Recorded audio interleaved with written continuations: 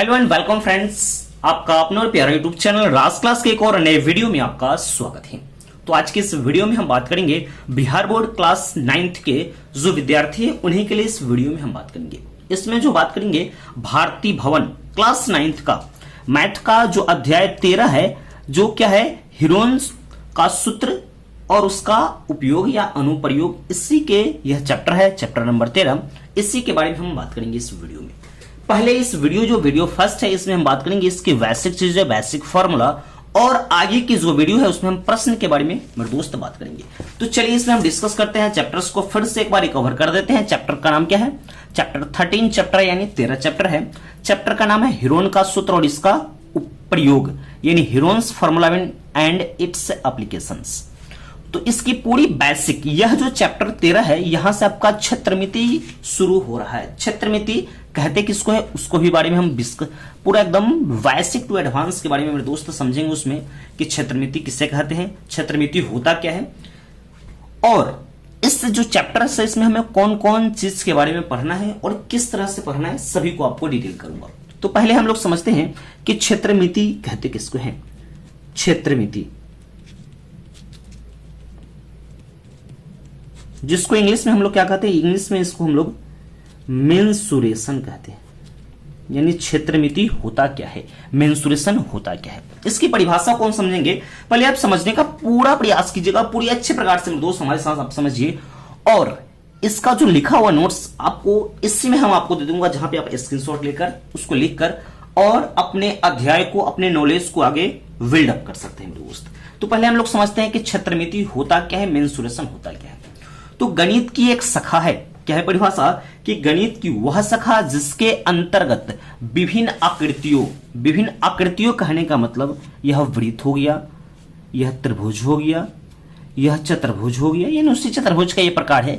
इस तरह की आकृति और इसके क्षेत्रफल के बारे, क्षेत्रफल और आयतनों के बारे में, यानी क्या हो जाएगा परिभाषा क्षेत्रमिति का, कि गणित की वह शाखा जिसके अंतर्गत यानी विभिन्न आकृतियों के क्षेत्रफल तथा आयतनों का अध्ययन किया जाता है, उसको हम लोग क्या कहते हैं, उसको हम लोग क्षेत्रमिति कहते हैं। इसकी परिभाषा को भी समझते चलेंगे हम लोग।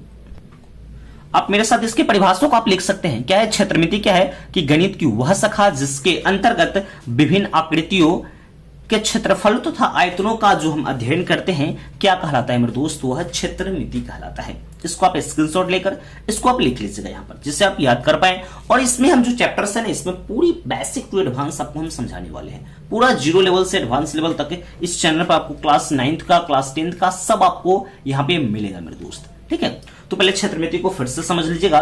क्षेत्रमिति कहते किसको है कि गणित की वह शाखा जिसके अंतर्गत विभिन्न आकृतियों के क्षेत्रफलों तथा आयतनों का अध्ययन किया जाता है, क्या कहलाता है, तो क्षेत्रमिति कहलाता है, ठीक है मेरे दोस्त।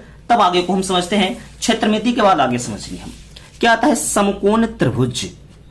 अगला टॉपिक है हमारे पास समकोण त्रिभुज, यानी समकोण त्रिभुज जिसको इंग्लिश में हम लोग कहते हैं राइट एंगल ट्रायंगल। यानी समकोण त्रिभुज है क्या, राइट एंगल ट्रायंगल है का, इसको हम लोग पूरा समझते चलेंगे। तो समकोण त्रिभुज कहते हैं किसको, उसको समझिएगा कि वैसे त्रिभुज, एक त्रिभुज हम बना लेते हैं कि वैसे त्रिभुज जिसका एक कोण समकोण, अर्थात समकोण का कहने का मतलब कि 90 डिग्री, यानी 90 डिग्री को, यानी इसको हम लोग हिंदी भाषा में इसको अंश, ऊपर जो डिग्री है ना, इसको हम लोग क्या कहते हैं हिंदी में, इसको अंश कहते हैं। ऐसे तो डिग्री हम लोग जानते हैं, डिग्री से इसको पहचानते हैं, डिग्री से याद करते हैं, लेकिन इसका हिंदी मीनिंग अंश होता है। फिर से समझेंगे समकोण त्रिभुज कैसे कहते हैं, कि वैसे त्रिभुज जिसका एक कोण समकोण अर्थात 90 डिग्री का हो, 90 अंश का हो, उसको कौन सा त्रिभुज हम लोग कहते हैं, उसको हम लोग समकोण त्रिभुज कहते हैं। अब समझिएगा मेरे दोस्त। और समकोण त्रिभुज में एक कोण समकोण तथा शेष 2 कोण होता है, उसको हम लोग न्यून कोण कहते हैं। तो ये नीचे वाले को हम लोग क्या कहते हैं, नीचे वाले को आधार, वेश जिसको बी से प्रदर्शित करते हैं, इसको हम लोग कहते हैं लंब जिसको किससे प्रदर्शित करते हैं, पी से, इसको कहते हैं कर्ण जिसको एच से यानी हाइपोटेनस। फिर से इसके बारे में समझेंगे। ये हो गया आपका आधार, यानी इसको बेस जिसको बी से प्रदर्शित करते हैं। लंब हो गया इसका इंग्लिश हो गया परपेंडिकुलर, जिसको पी से प्रदर्शित करते हैं। ये हो गया हमारा कर्ण, जिसका इंग्लिश है हाइपोटेनस, जिसको हम लोग एच से प्रदर्शित करते हैं। और इसमें जो हुआ, इसमें कुछ पाइथागोरस थ्योरम के यहां पे लगा गया, ठीक है,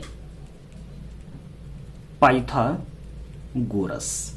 तो पाइथागोरस यानी क्या हो गया कि इसमें बोला गया कि कर्ण का जो स्क्वायर है लंब का स्क्वायर प्लस किसके स्क्वायर के बराबर है, तो आधार के स्क्वायर के बराबर। उस सब हम आपको बताएंगे। फिर आधार का स्क्वायर है कर्ण का स्क्वायर माइनस लंब का स्क्वायर। फिर अगर लंब का स्क्वायर निकालना हो तो कर्ण का स्क्वायर माइनस आधार का स्क्वायर है। उस चीज को आप समझते चलेंगे। यहां पर है क्या है, यहां समझिएगा, समकोण त्रिभुज। फिर से देख लीजिएगा समकोण त्रिभुज का परिभाषा क्या है मेरे दोस्त, इसको आप स्क्रीनशॉट ले लीजिएगा, यहां पे आप लिख लीजिएगा। क्या वैसे त्रिभुज जिसके एक कोण समकोण अर्थात 90 अंश का हो उसको समकोण त्रिभुज कहते हैं। इसको हम लोग आधार कहते हैं, यानी वेस, परपेंडिकुलर यानी लंब यानी पी, कर्ण यानी हाइपोटेनस एच। तो यहां पे लिखा हुआ है कि वही पाइथागोरस से कर्ण का स्क्वायर बराबर लंब का स्क्वायर प्लस आधार का स्क्वायर। अब मेरे दोस्त इधर का स्क्वायर है, इधर आएगा तो क्या हो जाएगा, रूट अंडर हो जाएगा, वर्गमूल का चिन्ह हो जाएगा। तो ये लिखा हुआ है कर्ण बराबर अंडर रूट लंब का स्क्वायर प्लस किसका स्क्वायर, आधार का स्क्वायर। इसको शॉर्ट में अगर हमको लिखना है तो कर्ण को हम लोग क्या कहते हैं, एच से प्रदर्शित करते हैं। तो एच बराबर अंडर रूट पी का स्क्वायर प्लस बी का स्क्वायर। इस जो फॉर्मूला ये एकदम बेसिक चीज है मैं आपको दे रहा हूं यहाँ पे मेरे दोस्त, इसको आप आराम से लिख लीजिएगा। और इस चैप्टर बहुत ही आसान है क्षेत्रमिति समझना। फिर आगे है लंब का स्क्वायर बराबर कर्ण का स्क्वायर माइनस आधार का स्क्वायर। अगर जी ये स्क्वायर को इधर लाते हैं तो ये वर्गमूल का चिन्ह हो जाएगा, रूट अंडर में हो जाएगा। यानी इसको हम लिख सकते हैं लंब बराबर अंडर रूट कर्ण का स्क्वायर माइनस आधार का स्क्वायर। और इसको शॉर्ट में हम लिख सकते हैं पी बराबर अंडर रूट एच का स्क्वायर माइनस किसका होल स्क्वायर, तो बी का होल स्क्वायर। फिर इसमें है कि आधार यानी आधार का स्क्वायर बराबर है कर्ण का स्क्वायर माइनस लंब का स्क्वायर। अगर जी ये वर्गमूल का चिन्ह इधर आएगा, यानी सॉरी ये स्क्वायर का इधर आएगा तो वर्गमूल का हो जाएगा। तो आधार बराबर क्या होगा, अंडर रूट कर्ण का स्क्वायर माइनस लंब का स्क्वायर। और इसको शॉर्ट में बी बराबर लिख सकते हैं under root H square minus P का होल स्क्वायर हम लिख सकते हैं। फिर आता है इसका फॉर्मूला, यानी समकोण त्रिभुज का क्षेत्रफल का फॉर्मूला क्या होता है। तो समकोण त्रिभुज का क्षेत्रफल बराबर होता है हाफ गुने आधार गुने ऊंचाई, या इसको हम बोल सकते हैं हाफ गुने बी गुने एच। और इसमें हम लोग प्रश्न को एक दो बार डिस्कस करेंगे, जो शॉर्ट में आपको हम समझाने का पूरा प्रयास करेंगे मेरे दोस्त। तो यहां पे हम लोग एक क्वेश्चंस को लेते हैं, यानी समकोण त्रिभुज का यहां पे शॉर्ट में ही समझिएगा मेरे दोस्त, आपको पूरा यहां पे डिक्लियर पूरी अच्छी प्रकार से मेरे दोस्त समझ में आ जाएगा। अगर से दिया रहेगा कि समकोण त्रिभुज का क्या निकाले, क्षेत्रफल निकाले जिसकी आधार 10 सेंटीमीटर और शीर्ष लंब लिखा हुआ रहेगा या ऊंचाई लिखा हुआ रहे, दोनों एक ही चीज है। तो हम लिख देते हैं ऊंचाई कितना हो, तो 5 सेंटीमीटर हो। देखिए मेरे दोस्त, ये पहला नंबर हमें क्वेश्चंस ले लिए हैं कि एक समकोण यानी समकोण त्रिभुज का क्या निकाल, हमको क्षेत्रफल निकालनी है जिसका आधार कितना सेंटीमीटर, 10 सेंटीमीटर और ऊंचाई कितना सेंटीमीटर, 5 सेंटीमीटर। इस प्रश्न को, इस तरह के प्रश्न को हम किस तरीका से सोल्व करेंगे उसको समझिएगा। पहले तो आपको फर्स्ट ऑफ ऑल सबसे पहले करना क्या है, एक समकोण त्रिभुज को बना लेना है। एक समकोण त्रिभुज हम यहां पे बना लेते हैं, ए बी और सी। एक कोण 90 डिग्री का हो गया। अब यहां पे दिया हुआ आधार कितना सेंटीमीटर का है, तो आधार 10 सेंटीमीटर का है और ऊंचाई कितना सेंटीमीटर, 5 सेंटीमीटर। ये हम लिख ले।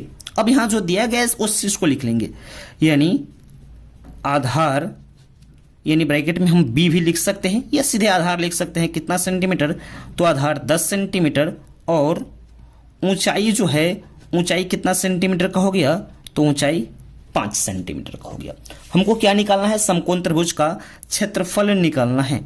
यानी लिख सकते हैं समकोण त्रिभुज का क्षेत्रफल बराबर क्या लिख सकते हैं, 1/2 गुने आधार गुने ऊंचाई। इस तरीके से शॉर्ट में हम इससे आधार गुने ऊंचाई को लिख सकते हैं। अब इसका जो फॉर्मूला, या आप हाफ गुने बी गुने एच भी लिख सकते हैं, दोनों सही है मेरे दोस्त। तो आधार कितना है, तो आधार 10 सेंटीमीटर और ऊंचाई कितना, 5 सेंटीमीटर। इस चीज को कैंसिल करते हैं, कितना हो जाएगा 5, यानी 25 सेंटीमीटर स्क्वायर आ गया।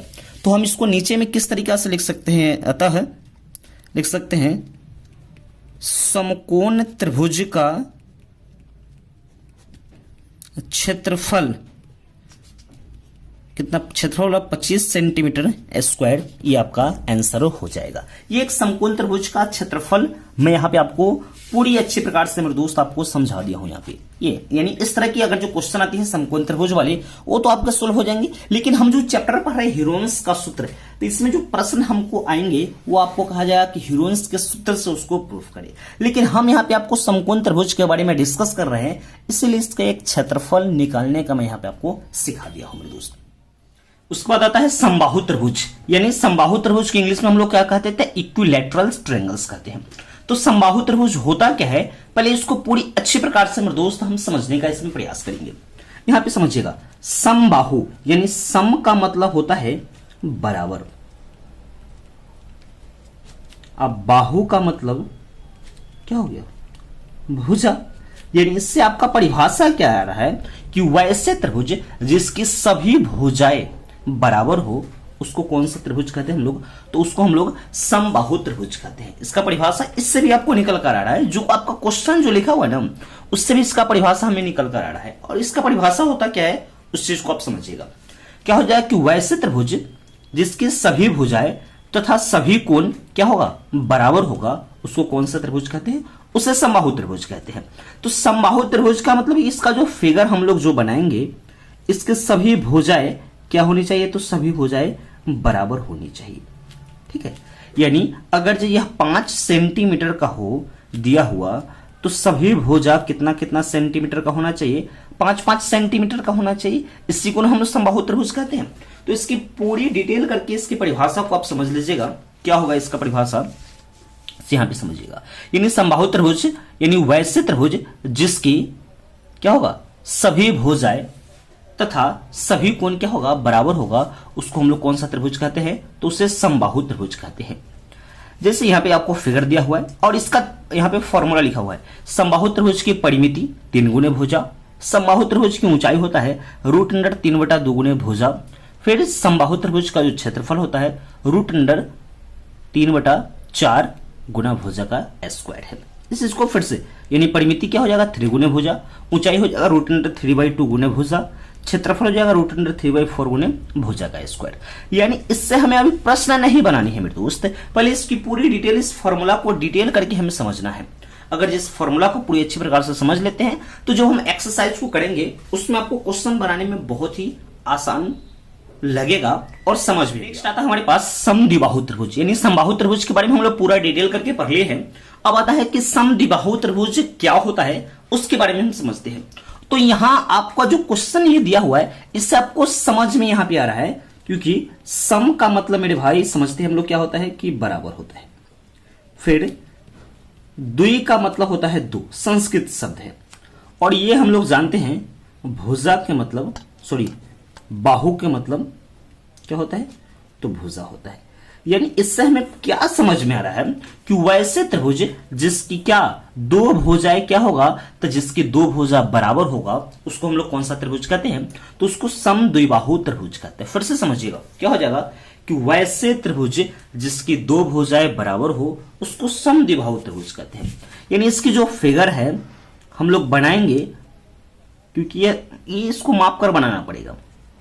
इसमें ये दोनों भुजा आपस में क्या होगा, बराबर होगा। तो इसमें हम लिखेंगे कि बराबर भुजा की लंबाई को a इकाई से प्रदर्शित करते हैं और असमान भुजा की लंबाई को किससे, तो b से। उसकी भी परिभाषा यहाँ पे आप समझ लीजिए ना, क्या है यहाँ पे देखिएगा।